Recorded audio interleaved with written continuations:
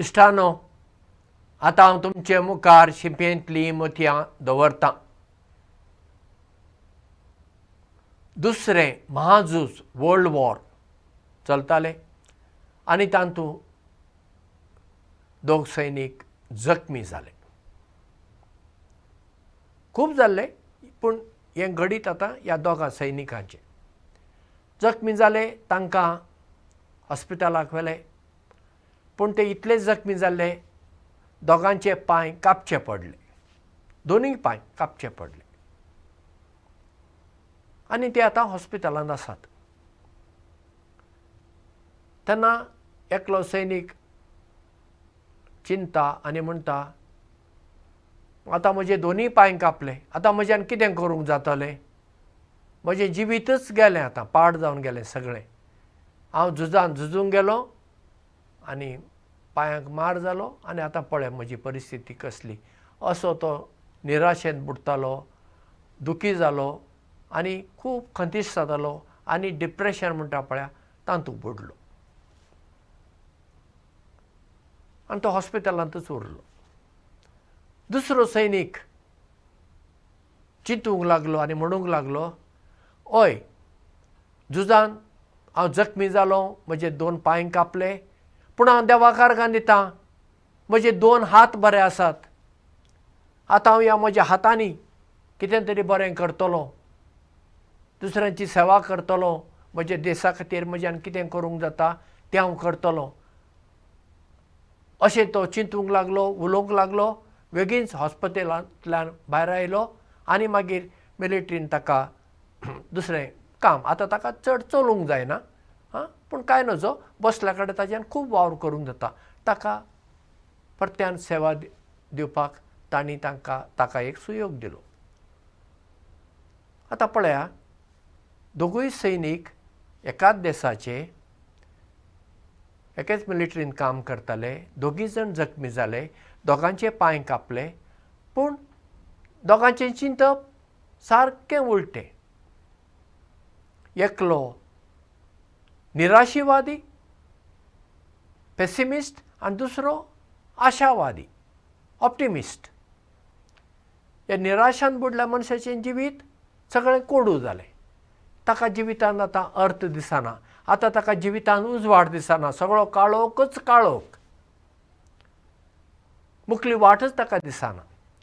आनी वो आशावादी सैनीक, ताका जिवितांत उजवाड दिसता, ताका मुखली वाट दिसता, देखून तो ते वाटेर फुडें चलता, जियेता. आमी एक नाणें पळयलां न्ही, कॉयन. त्या नाण्यांक 2 कुशी आसात. त्यो कुशी वेगळ्यो, पूण ते 2 कुशी मेळून तें नाणें जाता न्ही. नाण्याक एकूच कूस आसा अशी ना, 2 कुशी आसात. तशें आमच्या जिविताक 2 कुशी आसात, 2 सायड्स. जिवितांत कश्ट येतात, विघ्नां येतात, अनवरां येतात, त्रास येतात, खुबश्यो गजाली जातात. ती एक कूस, आमी तातूंत बुडपाची गरज ना. पूण आनी एक कूस आसा, आशा, उजवाड, उमळशीक, उमेद. खंयचोय प्रस्न आसा ताका वाट सोदपाक जाता. प्रस्न कितलोय व्हडलो जावं, आमी प्रस्नाक लागून दुखी जावची गरज ना, खंतीन बुडची गरज ना. तांतल्यान आमी वाट सोदपाक जाय. जशें ह्या दुसऱ्या सैनिकान आपणाचे पांय कापले आसतना सयत दुखी जावच्या बदलाक तो आपणाचे 2 हात आसा म्हणून देवाक आर्गां दिता आनी खुशाल जियोंक लागलो. आनी असलीं मनशां आमकां संवसारांत दिश्टी पडटात. कांय जाणां पळय जल्मतनाच कुड्डी, पूण तीं दुखी नात, तांचो संवसार कुड्डो न्हय, तीं खुशाल जियेतात. जें आमी करता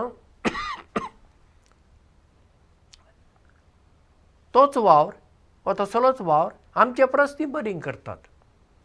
आतां कुड्डी आसात पळय, तीं संगीत कितले बरे भशेन वाजयतात, संगीत गायतात, गितां गायतात,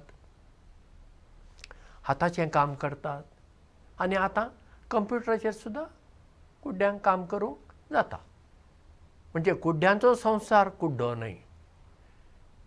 मागीर मोनी आसात थोडीं, जल्मातानच मोनी, तांकां उलोवंक येना, पूण पळया तीं कितें दुखी जावन ना, तीं खुशाल जियेतात. हात भशेन सांगून कितें करून तांचें जिवीत चलता. आनी थोडीं बेरी आसात, तांकां आयकूंक येना, तरी तीं दुखी नात, तीं बऱ्या भशेन जियेतात न्ही. म्हणटच आमी सदांच आशावादी जावंक जाय जिवितांत, निराशावादी न्हय. निराशा आमच्या जिवितांत येता आनी निराशा आमकां सकयल दामून धरता, सकयल ओडटा. आशा आमकां आमकां वयर ओडटा, अशें वयर काडटा, फोंडांत पडूंक दिना, आमकां फोंडांतली भायर काडटा आशा. म्हणटच आमच्या जिवितांत सदांच आमी कितलेय त्रास येवं, कसलोय आकांत येवं, विघ्नां येवं, अनवरां येवं, कितेंय वांकडे तिकडे जावं, भियेनासतना आशेन भरून, परमशान भरून जियोवपी मनशां जावया. आनी अशीं कोण निराशेन बुडलां तांकां निराशेंतले भायर काडून आमी आमचे भाशेन तांकां आशावादी करुया. देव बरें करूं आनी मोग आसूं.